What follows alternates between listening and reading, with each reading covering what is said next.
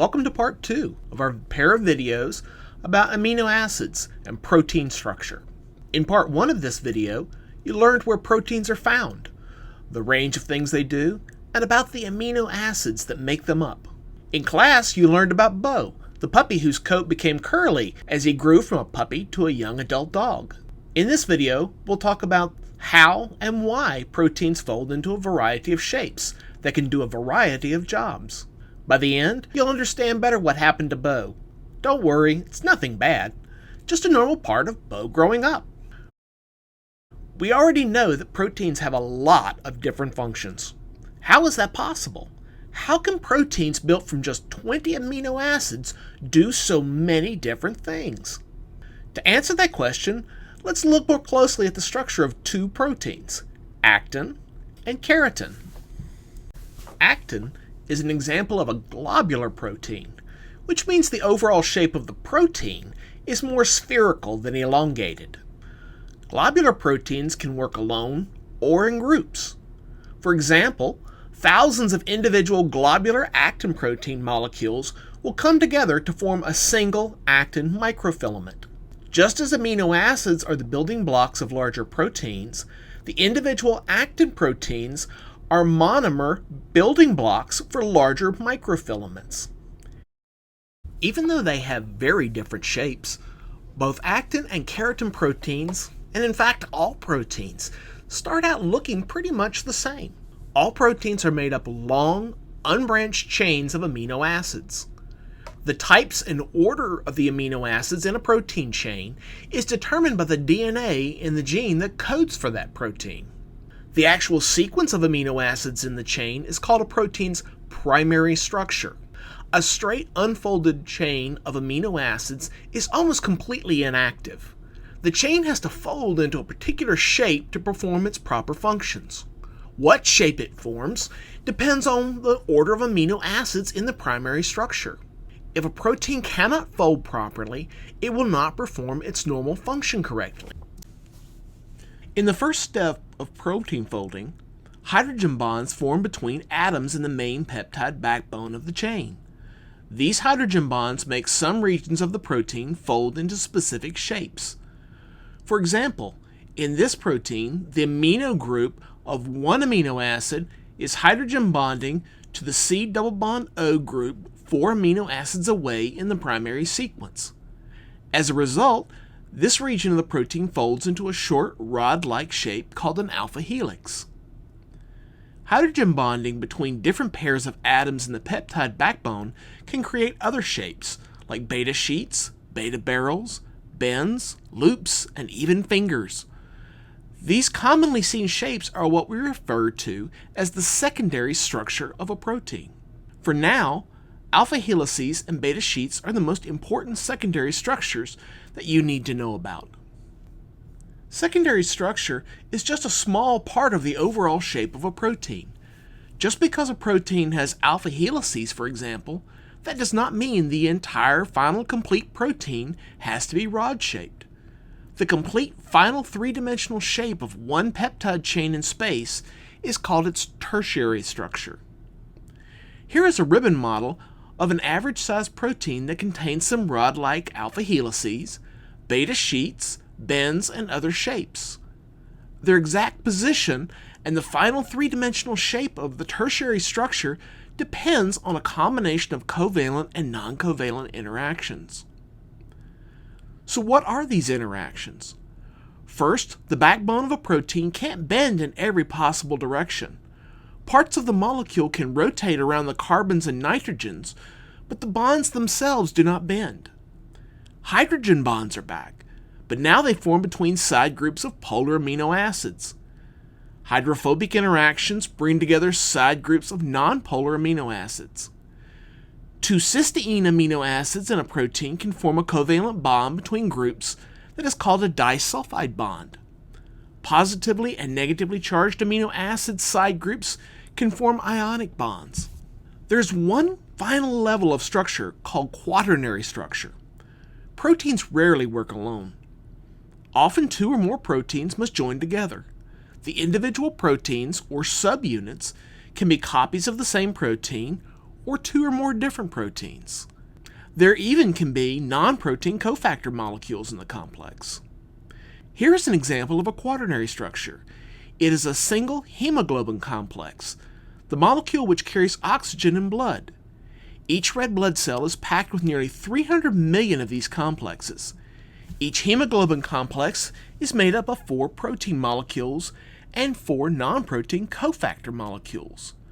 There are 2 subunits of alpha globin protein in blue, 2 subunits of beta globin protein in red, and 4 molecules of heme in green. This entire complex has a large, approximately spherical shape. The same covalent bonds and non-covalent interactions that determine tertiary structure of individual proteins also hold a complex of proteins together in their final 3-dimensional shape. These interactions include hydrogen bonding, hydrophobic interactions, ionic interactions, and covalent bonds. There's also an additional non-covalent interaction that occurs between protein molecules that have complementary shapes, van der Waals forces. Okay, so we know what gives a protein its shape. If we change these molecular interactions and forces in any way, we change how the proteins will fold, pack together, and interact with other proteins. How do we put all of this information to work? You learned before that hair, nails, horn, and the outer layers of skin are made up almost entirely of keratins. What we didn't explain before is that cells put slightly different keratins in each of these places. Both Marcy's skin and mine contain mainly soft, pliable keratin fibers. My fingernails and her horn are made up of keratin fibers too. So is our hair.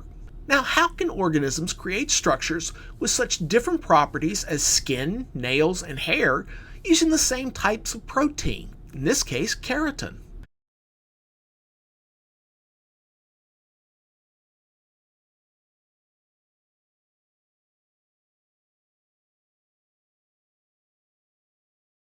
Nails, horns, and hair are all secreted by cells similar to skin cells. To create harder or softer structures, these cells do one of 2 things: change the type of keratin protein secreted, or they change how the proteins are packed together. Different keratin proteins have slightly different amino acid sequences in their primary structure. The different primary sequences change, you guessed it, the inter and intramolecular forces that give the proteins their individual shapes. And that brings the individual proteins together in larger protein complexes with different properties. If you look at nearly any structure in complex organisms, you will find proteins being arranged in different ways to produce different properties. Let's look at hair, a feature found in all mammals. Only the cells at the root of a hair within the skin are alive. The visible shaft of each hair consists of non-living materials produced by those cells. Depending upon the species and body location, hair is made up of 65 to 95% keratin. The remainder consists of surface lipids, nuclear remnants, carbohydrates, and some inorganic salts.